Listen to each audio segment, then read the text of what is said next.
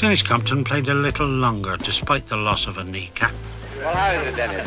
Well, I'm very fit indeed at the moment, Mr. Brown, and I'm sure my knee's going to stand up very well to this trip. For several sunny summers, he was part of a phenomenal double act. He and Bill Edwards actually scored only a little under 7,500 runs between them in the 1947 season. Edwards made a dozen centuries, Compton 18, 2 more than Hobbs in his record summer of 1925. Compton's aggregate of 3,816 beat Hayward's record of 1,906.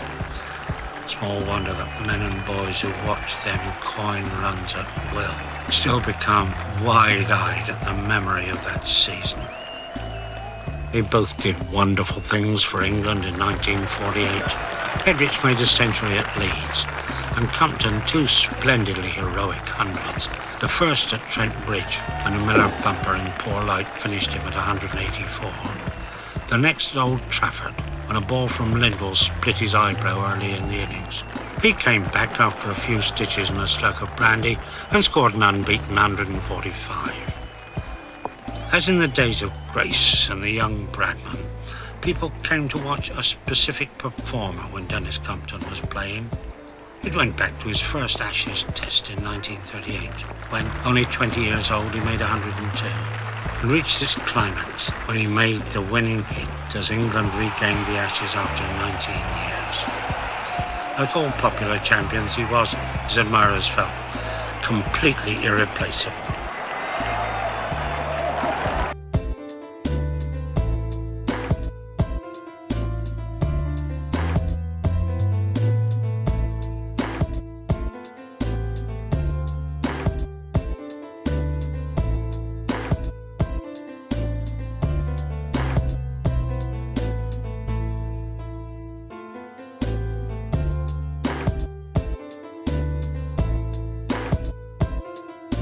Old Trafford, when I got hit on the head when I was 2, went into the dressing room, taken to the dressing room, had stitches put in, went out and had a net, found I could see all right, came back, and the doctor gave me a brandy, which I didn't drink in those days, but I took that, and it was very nice too, and went out and scored 145, not out against the Aussies, against Miller and Lindwall. After a quick knock in the nets, Compton returned. Once again, he was England's salvation. Shaky and ill as he must have been, he played like a master. Here's the stroke that brought him his 50. Then he went on to make his finest Test century. No wonder the crowd cheered.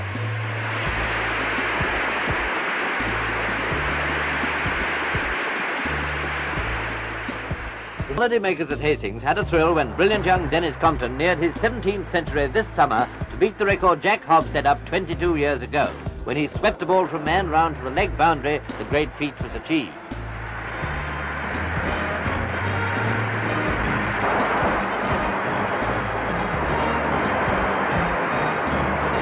The game was held up as the players shook his hand. Robbins and Edridge came out from the pavilion, and South African captain Alan Melville joined in the congratulations. 44 more runs to get now, and Compton as Edridge's partner. Slowly but surely the score mounted. It was by no means easy going. The Aussies certainly weren't handing those Ashes back on a plate after 20 years. Then, near the end, Hassett put himself on to bowl. Morris bowled from the other end, and here it comes. A 4 by Compton wins the match, the rubber, and the Ashes.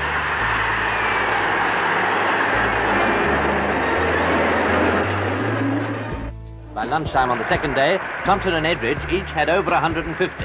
Together, the Middlesex twins put on 370 in a record stand. Here's Compton's 200.